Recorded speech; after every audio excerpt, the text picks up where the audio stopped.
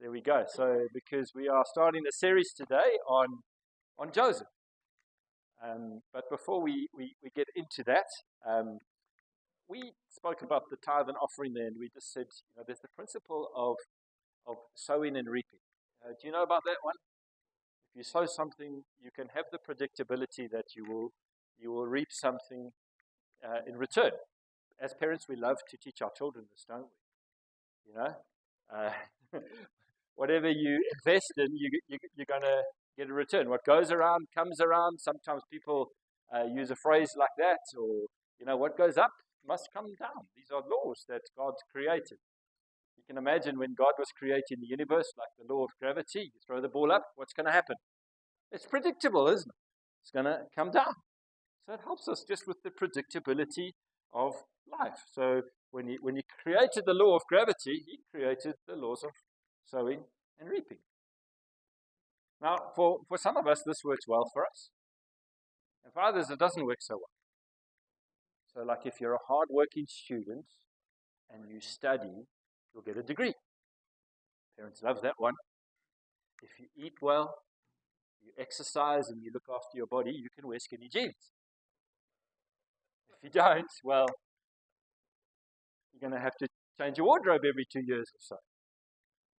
But so it works well for some of us. If you invest and you put your money and you're wise about where you put it, you're going to get a retirement. So it works well for us, and it helps create a predictability in life. These laws, the laws of sowing and reaping, and it makes it easy for us. But there's some exceptions, aren't there? Because not everything is always predictable. So, for example, I have friends, dear friends, who look after their body. They eat well. They steward their life well. They're not given to putting rubbish into their body. And suddenly they find themselves with a disease that's terminal. Unpredictable cruelty, isn't it? That's reality. There's people who work hard, they invest, they get up at 7, they come home at 7, they're faithful, yet through circumstances in life, they find themselves in hard times. Unpredictable. See, there are exceptions. Why are there the exceptions? Big question. Why are there the exceptions, the unpredictable cruelties that come our way, the realities sometimes in life? Why? Because when God created, it was good. There was perfect harmony. It was shalom. Everything worked well. But sin came into the world. And sin not only affected our lives and created different desires and different motives where we start looking to creation and not the creator. And sin starts to have an effect on the way that humanity operates, on the way that all creation got fractured in that moment. Where what was designed to be good and work in perfect harmony suddenly got fractured, and now all of a sudden we have these unpredictable exceptions and cruelties that do. It's because of sin, people. That's how it works. But I have good news for you. Romans 5, verse 20 says this: where sin increased, grace increased, abounded all the more. So that as sin reigned in death, grace also might reign through righteousness, leading to eternal life through Jesus Christ, our Lord. You see, Jesus will not be outdone. Jesus is the victor, and he is working, and wherever sin increases, grace will abound all the more. Grace is effective, it is powerful, and by God's grace, this is what this story is about. If you track this story, you're going to get a wonderful view of a God who sometimes might appear not to be present, but he is working intricately in the entire situation. And he is a God who has the ability and his infinite wisdom and his supreme power, no matter what the circumstance, no matter how devastating the cruelty may be, whatever you're facing, whatever that challenge, he has the power and the infinite wisdom to be able to turn that unpredictable cruelty into a divine opportunity. That is the nature of God and how He works by grace, even though in the moment we might be feeling, I cannot see how God is working in this situation. And we put our faith in a sovereign God who does not neglect His children and the call and the purposes on their lives. That what He starts and what He promises, He will always bring to completion. And we stand on promises like Romans 8:28, where God will work all things together for the good, for those who are called according to His purpose. You are called by God. God calls. He awakens, He quickens, even as I shared during worship, or if you look at God is a God who calls you. He's not a God of where there's just coincidence or randomness. He's specific, and He calls each of us by name according to His purposes, where we take our story and we suddenly realize it fits into His great story. When we make that connection, suddenly we find a greater meaning and purpose to our lives. For those whom He foreknew, He also predestined to be conformed to the image of His Son, in order that He might be the firstborn among many brothers. And those whom He predestined, He also called. And those whom He called, He justified. And those whom He justified, He will glorify. He will glorify. He will bring it to a great and glorious end where He will wipe away every tear. And all the chaos will be gone. That's the story of God over your life. Is He is bringing it to an amazing completion. But we live in the midst of it, which is what this story helps us with, the story of Joseph. It's not just about the story of Joseph. Okay, so how many of you know Joseph in the Bible? I don't want to presume things. So some of us, we know about Joseph, and then we know a very little about Joseph. What can anybody tell me about Joseph? What is he renowned for? Now, I'm giving away sweets today, multicolored sweets. I've got wine gums, all different colors. I've got speckled eggs going. I've got 2 packets of speckled eggs, funny enough, and I've got milk bottles. Who likes milk bottles? Okay, so we are going to do a little Joseph quiz. I'm like a good teacher, I like to reward. So Steve is already raising his hand, but he doesn't even know the question. Okay, so what I'm saying is like a really good student, eager beaver there in the front, but I'm just going to cast my eyes to the right-hand side. Ignore Steve for a moment. What is Joseph renowned for? Let's start for an easy one. No, come on, us looking this side. Okay, you can have the milk bottles. For his technicolored coats, right? Everybody know about, even if you don't know Jesus and God, you'll know about Joseph's technicolored coat. You know why? Because there's a whole show about it. Am I right? Guys in leotards dancing around. Okay, anybody ever been to Joseph and his technicolored coat? I don't know if they wear leotards, to be honest. But anyway, what is a leotard? Anyway, I haven't actually been to the show, by the way. I just know there's a show about his coat. What else do we know about Joseph? Why? Tell me about some of his family dynamics. Hey, Wayne, give us an answer. He was part of 12 brothers. Very good. We got that one.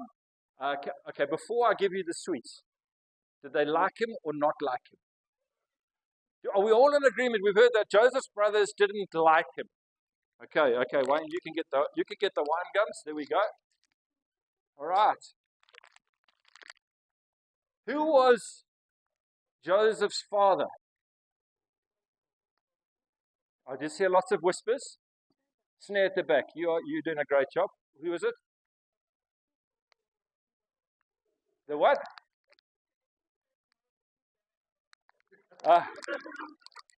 You want the sweets, the speckled eggs? Jacob, 100%. Josh, you can go give it a snare. Okay, yeah, no, she's got it. She's got my slides, so it's easy for her. Okay, last question. How many children did Jacob have? Gerald? No.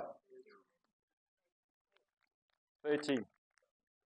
Okay, before you get the speckled eggs, what was the 13th child's name? No, he was the 12th. Oh, Come on, guys.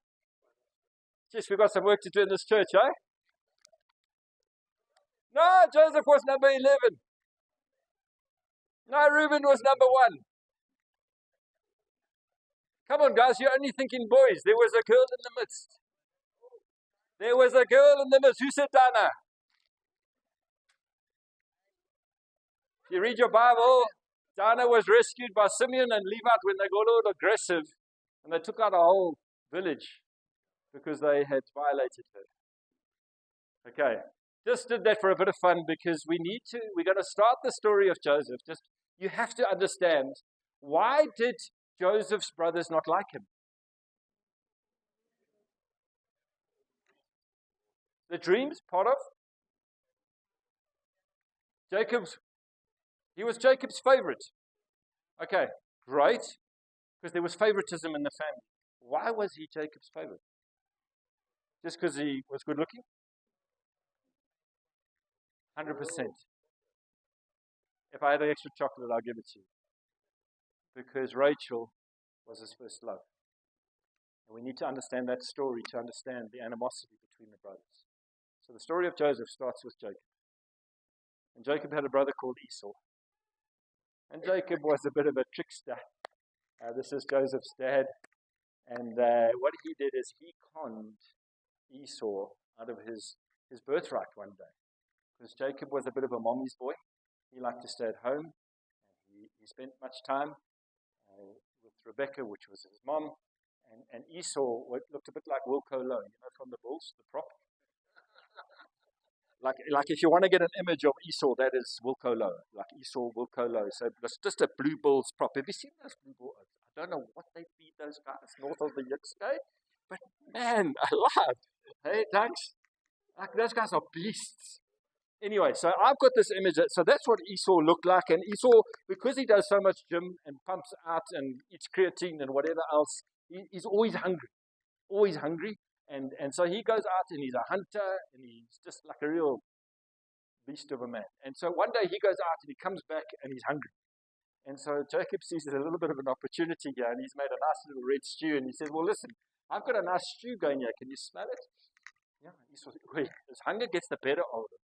And he says, well, what's good is my birthright anyway? And Jacob says, well, you give me your birthright as the firstborn and I'll give you some food. Oh, Esau, being the size of Wilco Lowe, is as hungry as anything, so what good that to me? And he makes the deal. And he cons him out of his birthright. Then on another time, Jacob actually cons him out of his blessing that the father gives him. Firstly, birthright. Second thing, his blessing. So one day when Esau is out and in cahoots with his mother, he dresses up like Wilco Lowe. Puts hair all over, puts goat skin all over his arms, and his dad Isaac is kind of, his eyesight's going a bit, as some of us as we age, our eyesight tends to go.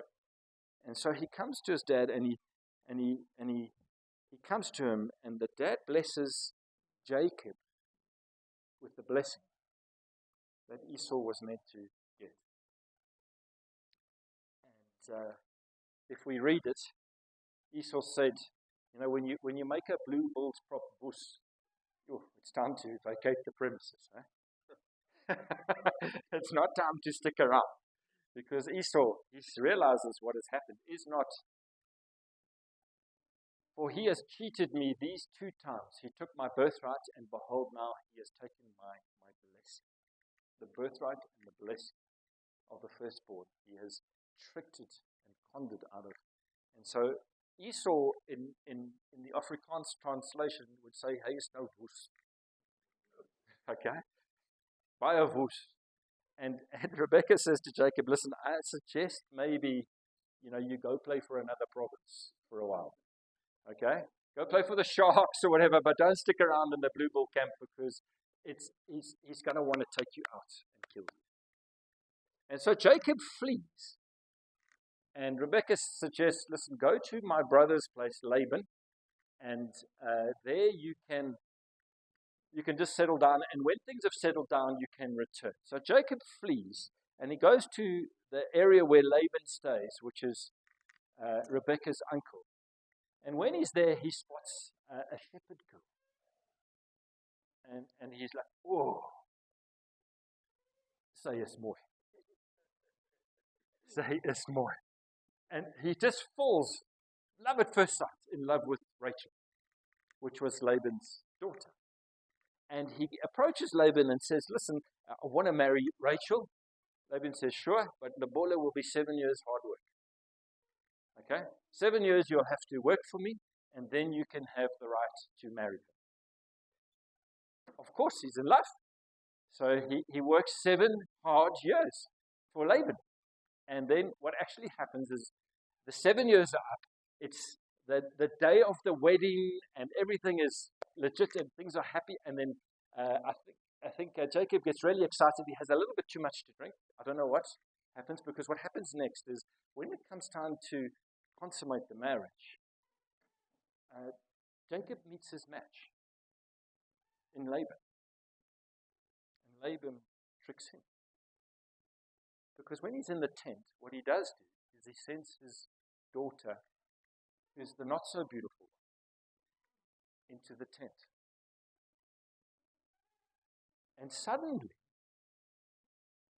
you can imagine, this is all in the Bible. Jacob rolls around in the morning, wakes up. Oh, it's not Rachel. I think he just had a little bit too much at the wedding reception. And he suddenly wakes up and he comes out the tent and it's Leah. And Laban says, well, that's it. You're married to Leah now. He didn't know what had actually happened. He says, what about Rachel? He says, well, it's going to be another 7 years. It'll be another 7 years. So what he does is he strikes a new deal. This is all in the Bible. Great story. And they make a new deal, another 7 years, but the following week he can marry Rachel. Why do I tell you this story?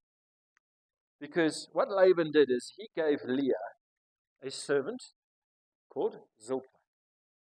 Okay? And he gave Rachel a servant called Bilhah. So you've got Leah, Zilpah, Rachel, Bilhah. And if you could put up the next slide, you will see. Where do Jacob's 13 children come from? Firstborn being Reuben. Secondborn, Simeon. Third, Levi. All to Leah. Fourth, very important, Judah. Then Issachar, Zebulun, and Dinah. Rachel couldn't conceive in her early years, and Zilpah had Asher and Gad. Bilhah had Dan and Naphtali, and Rachel had Joseph and Benjamin. Young little Ben, the last born. That's where the 13 children came from. You also know that how many tribes was made up for Israel? This is where the 12 tribes of Israel come from. But back to our story here, what you'll see is who was Jacob's first love? Rachel. Who was the firstborn for Rachel? Joseph. And this is where the favoritism creeps in. So much favoritism that Jacob actually gives Joseph a lovely new coat. Huh? Just for him. The others got Mr. Price. And Joseph got Levi's jacket, you know what I'm saying? And he got the best quality. And it was just a daily reminder to the rest of the sons that he was the favorite, because he would wear his jacket. It would just be a daily reminder of the favoritism that and Joseph definitely did not help himself. So today we're just going through a story. You're not going to get 5 tips on how to live life, but it's very good to understand the story and the bigger picture and get the 30,000-foot view of the story of Joseph before you get into the details. I've always said to people when they first come to know Jesus, what Bible should I get? Get a children's Bible without footnotes so that you can understand the story. God's story. Because if you don't understand the story, you'll never understand how the small details fit into the bigger story. And so today, you're going to get a What's the Story Rory. It's going to be a story of Joseph.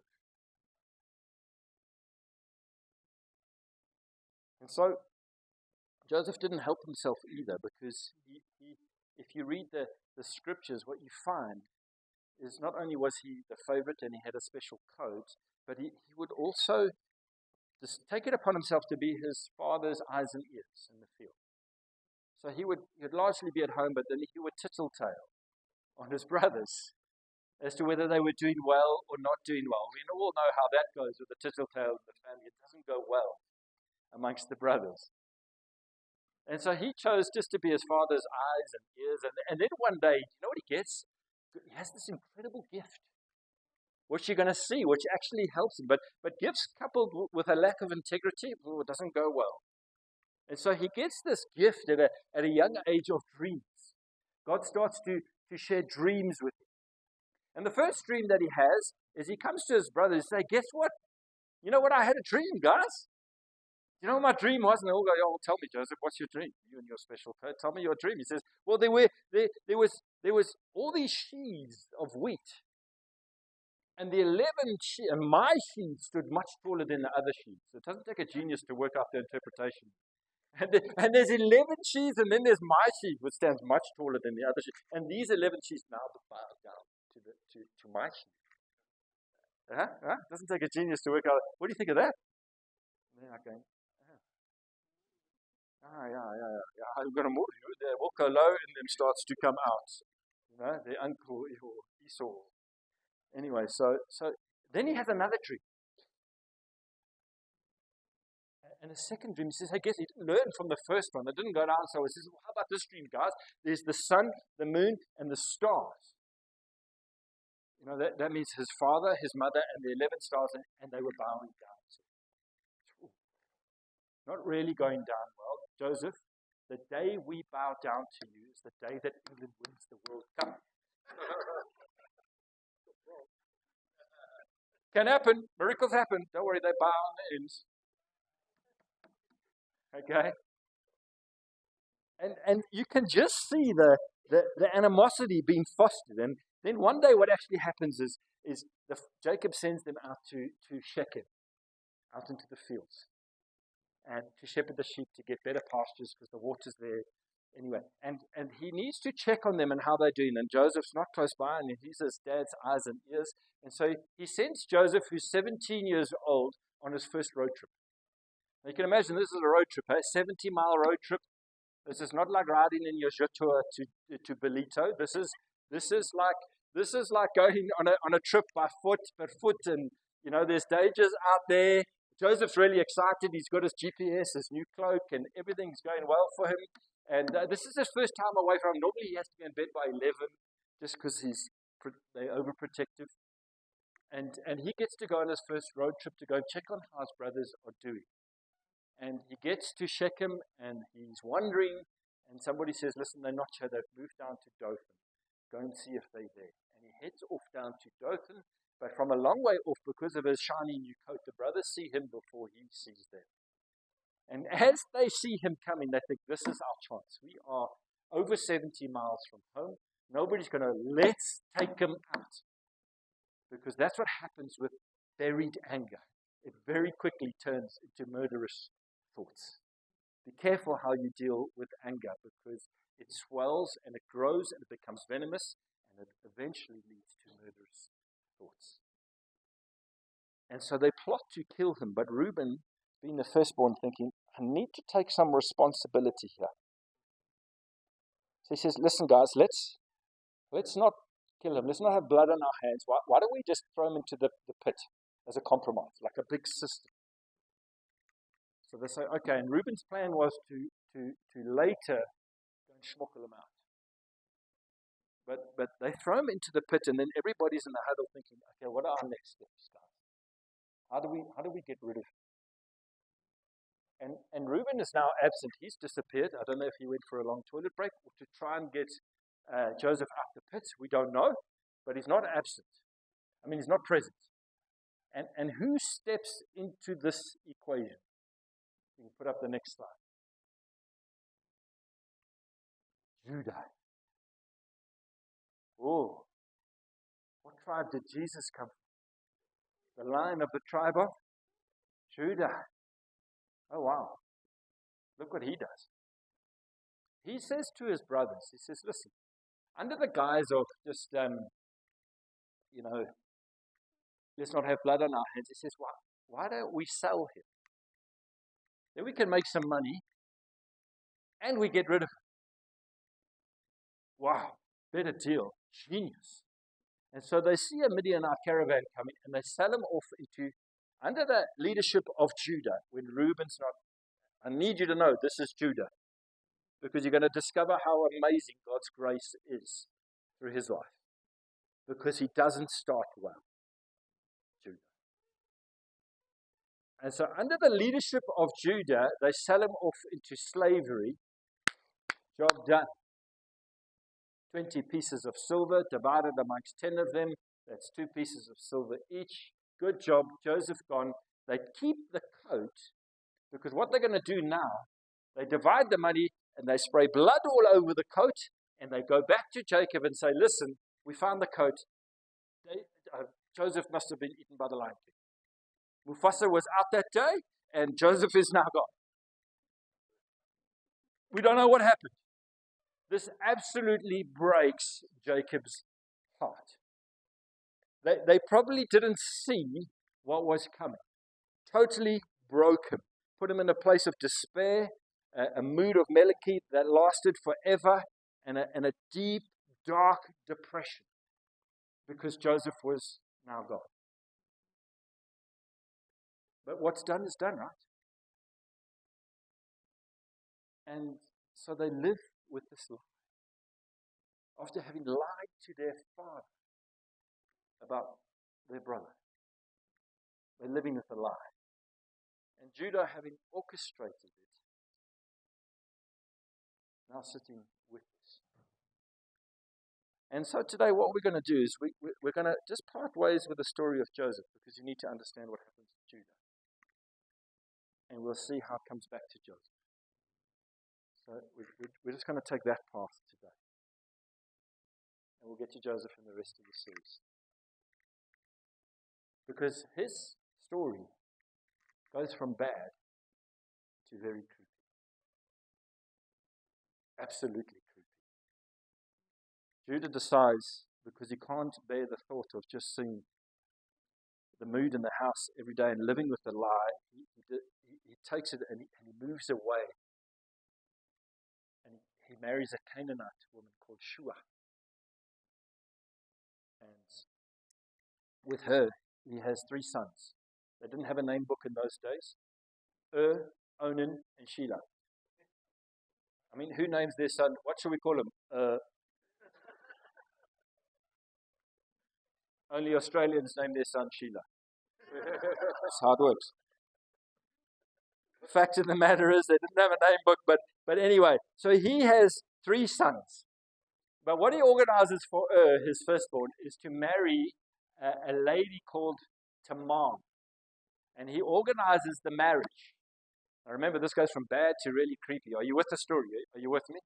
I'm giving you the backdrop to Joseph. But woven into this is the story of Judah. Because Jesus comes from the tribe of Judah. And so he organizes this marriage to Tamar. But very quickly, dies. And I just love the way the Bible puts it. Judah's firstborn, was wicked in the sight of the Lord. And so the Lord put him to death. Sowing and reaping, there you go, predictability. Wickedness, death, boom. Okay? And what happened in those days, there was a concept called a Levirate marriage. Because now Tamar wouldn't have had somebody to support her, and she would have no children. And so the Levirate marriage protected women in such a way that a relative could now marry Tamar. And the next in line was Onan. And what he did was wicked in the sight of the Lord put him to death. Now, because there's children in the read, I'm not going to say what he did. But you can go and read it for yourself in Genesis 38.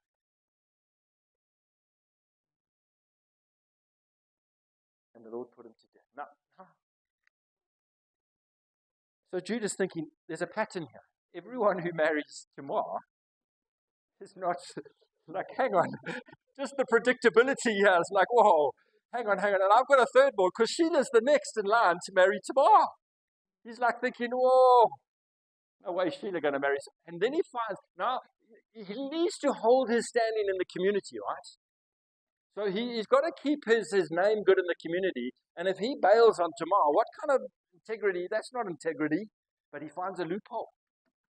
Sheila's not old enough yet. He's not of age to be able to marry Tamar. So what he does is he says to Tamar, he says, you know what? I'll tell you what, Sheila's not old enough yet, but when he's old enough, we'll work it out, okay? And that's the deal. But in the interim, go and live with your father. And let him support you. And then when Sheila's old enough, we'll work it out. Okay, great. But he never intended to honor the promise. He never intended to honor the promise. You know why? Because when Sheila was old enough, sounds like a lady, eh? But when Sheila was old enough, he didn't fulfill the promise that he made. Judah didn't fulfill he wasn't a man of integrity at this point. Because the time had passed and he had got away. And this put Tamar in a very vulnerable position. Her father was aged. She was getting to an age where she could no longer childbear soon. And there would be no one to support her. And even Judah's wife had passed away, and he could have fulfilled the obligation. And he left Tamar in a very vulnerable, desperate state. Shall we carry on? Shall we see how it plays out? Or should we come back next week? So what happens? Each spring, there would be this festival, a Canaanite festival. It was a festival, it was the harvest of wool, when they would harvest all the wool off the sheep, and it was a very celebratory time. Men were in a very agreeable mood, and lots of celebration. It involved wine, it involved women, and it involved wool. This was WWW on steroids. Okay? This is amazing. This is like, for teenagers, the rage of the time, you know? And so, you know, what happens at WWW stays in WWW. That's what they used to think. And so Judah goes off to the Harvest of Wool festival, and this would be the ideal time for Tamar to approach him because he would be in an agreeable mood. Maybe, but Tamar knew. Tamar knew that he was never going to honor his word. And so what she did is she changed her appearance. Isn't the Bible wonderful? It's such great stories. She changed her appearance from a widow and she dressed up like a temple prostitute. That's how desperate she was. She put a veil on and she dressed up all provocatively like the prostitutes would. And she goes to the gate. This is the gate where all the business deals took place. And she knew that she would find Judah at the gate. She goes to the gate and she sparks up a conversation with Judah. And you're thinking, why didn't Judah recognize her? Well, perhaps because of the veil. Perhaps he just hadn't had any engagement with her for years. But do you know why I think he didn't recognize her? Blinded by lust. Men get blinded by lust. And I think sometimes there's just blinkers that go on. Sometimes. And she solicits, or he solicits her services. You can see where this is going, right? For what price? Because the going price 3,000 years ago for such a thing was one goat. One goat. But did Judah have a goat with him? No, he didn't have a goat. So she's smart enough to say, listen, I need a deposit. I need a deposit. And because he's so like, you know, blinded by lust, he doesn't know what he's doing, like, whatever. You know, in those moments, you just give away everything, you know. So she says, this is what I want from you. And then you can, when you bring the goat, I'll give it back to you. Give me your staff. Give me the stamp that hangs around the neck is what the figure they used to, the bronze stamp they used to sign business deals with. Give me that, but very personalized, and give me your signet ring. Give me those three things, and then when you send me the goats, I'll give them back to you. Truth's nuts, he gives them all away. And That night, what happens is things happen. You know what happens at WWW stays at WWW.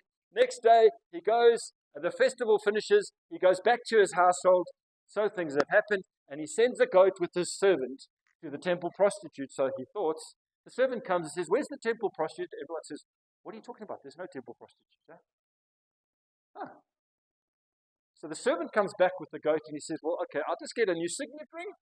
I'll just get a new stamp and I'll find a new staff. And what happens at WWW stays there. But we all know the truth is way more buoyant than that.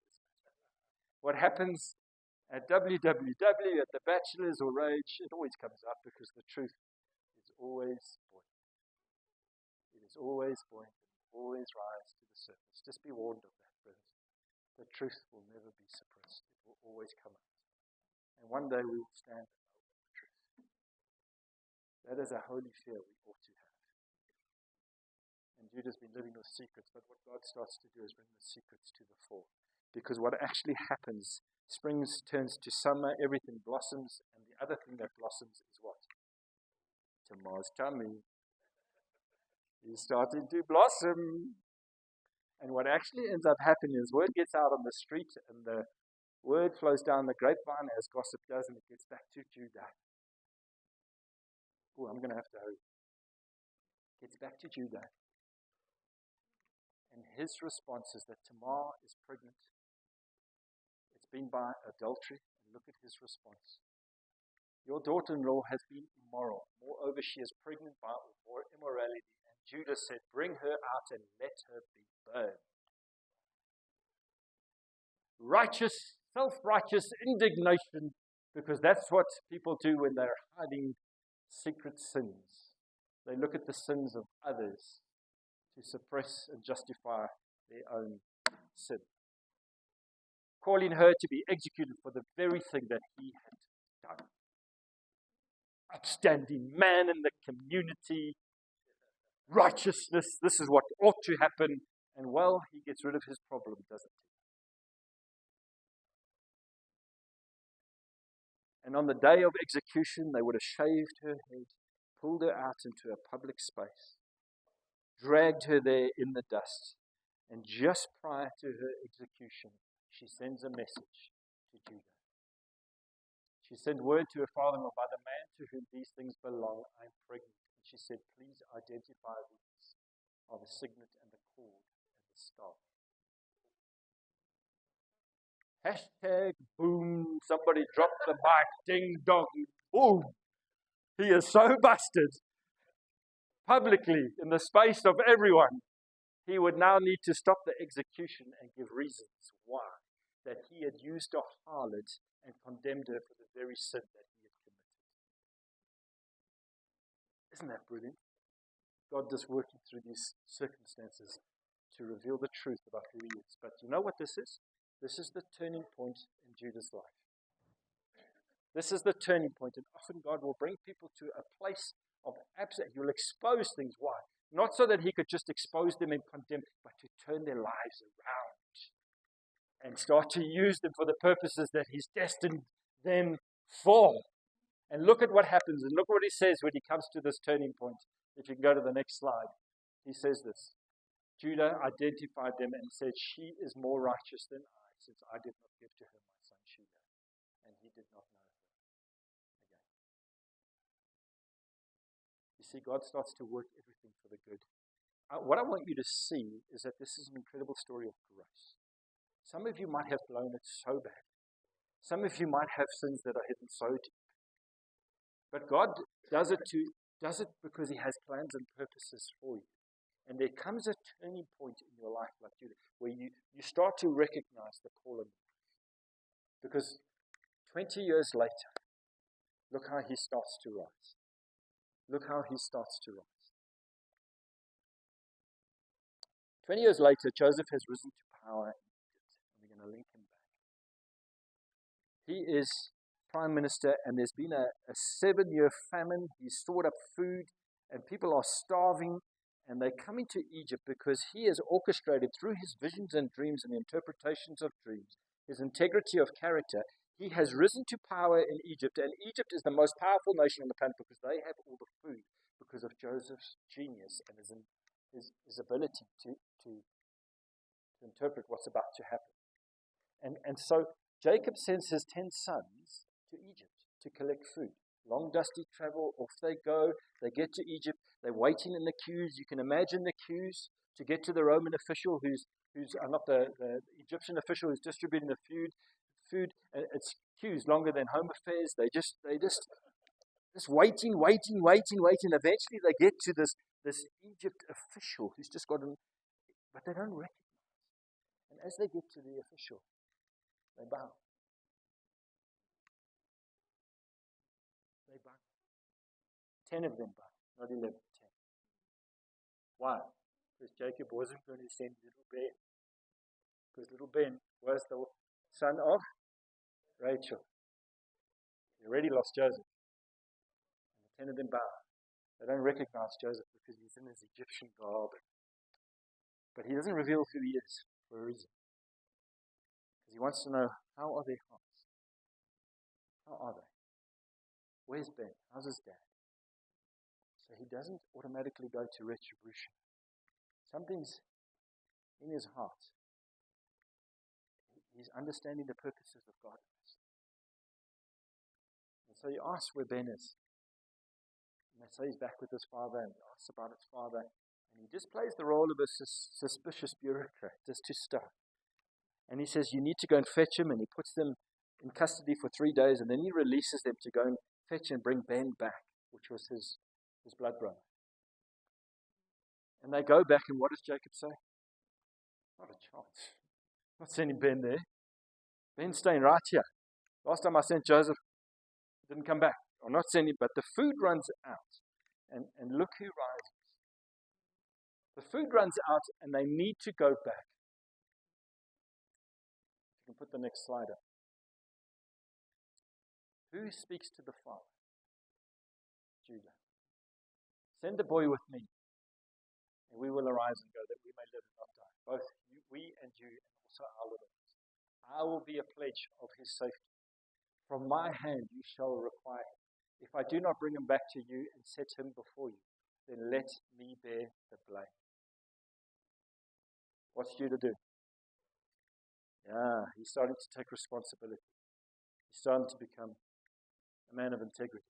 He says, I will take responsibility for this situation. I will carry the blame if I don't return him to you. And so they come back.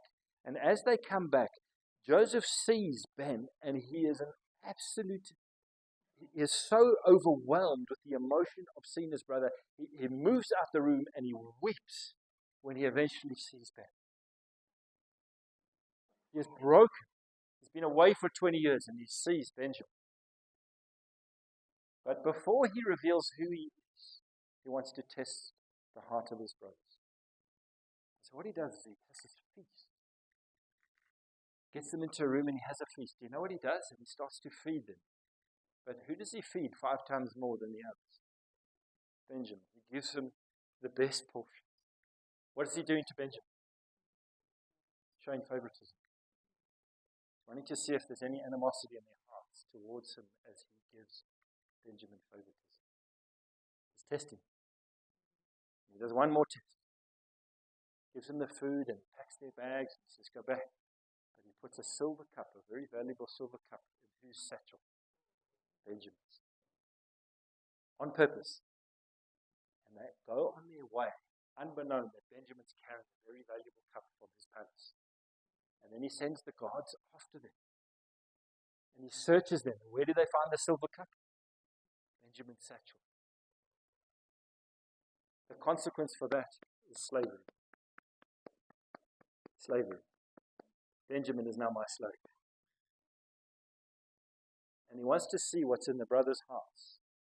Will they just go, oh well, we lost Benjamin like we did Joseph, there's 2 gone, we're fine, we've got our food, and just another son into slavery, and we'll just go and tell Jacob that, well, he kept Benjamin. Would they do that or wouldn't they? And who steps up? Judah.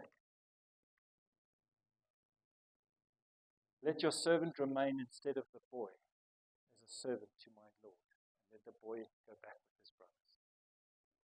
I will be the substitute. I will take his place. See, the turning point had come, and he was rising to the fore by God's amazing grace. I will be the substitute for him. Let him go and take me. Judas started to rise. And so they go back. No, they don't go back. But at this point, this is the point, and we'll close with this. This is the absolute point which breaks Joseph, because he's seen their change of heart. He's seen the change of heart in Judah, and they won't let Benjamin be sold as a slave. And in this moment, he says, he kicks everyone out the room, all the Egyptians, and in his very own language, he says to his brothers, and he reveals himself, I'm Joseph. How do you think the brothers felt in this moment? I think such fear came over them in this moment that they would have just bowed their heads. If they could run, they would run, because what was the just penalty for what they had done? Death, retribution, payback, revenge, condemnation, judgment. And he has all the power. And he has all the power. They would have been skriking. And in this moment, let's read what Joseph says. If you can put it up, that would be great. Joseph said to his brothers, no, come near to me. And they came near and they said, I'm your brother Joseph, whom you sold into Egypt. And now, do not be distressed or angry with yourselves, because you sold me here, for God sent me before you. Why? To preserve life. You can put the next slide. At first sight, for the famine has been in the land these 2 years, and there are yet 5 years in which there are to be neither sowing, neither plowing nor harvest. And God sent me before you to preserve for you a remnant on earth, to keep alive for you many survivors. So it was not you who sent me here, but it was God. He understood the purposes of God over his life, the sovereignty of God, the providence of God, that it wasn't all about him.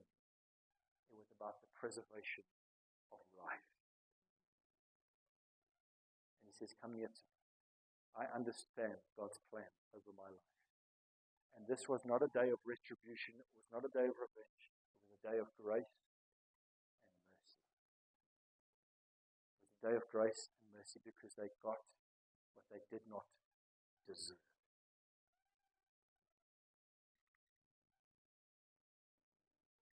Whenever you look at an Old Testament story, you need to find Jesus. Joseph is a window and a picture of Jesus. God sent his one and only Son, that all who believe in him, their lives will be preserved. They shall have eternal life. Just as Joseph says, I am Joseph, Jesus says to you, I am Jesus. God has sent me. I've been sold into slavery. You sold me for 20 shekels of silver. Judas sold me for 30 shekels of silver, the price of a slave. I've gone into slavery. I've gone into bondage. I have gone into the pits of hell for our sin. I have come so that you may be free. I have come that you may have not just eternal life, but abundant life. And his words to you today would be, come near to me. You no need to be afraid. I'm not here to judge. I'm not here to condemn. I'm not here to pay you back. I've already paid the price for all your sin, the sins that have been revealed and the ones that are still hidden. Come near to me. Draw near to me. And my grace will work in your life as it did in Judah's life, and take you from the rock bottomless place and lead you to a place where I have plans and purposes to fulfill in your life. Isn't that an amazing story?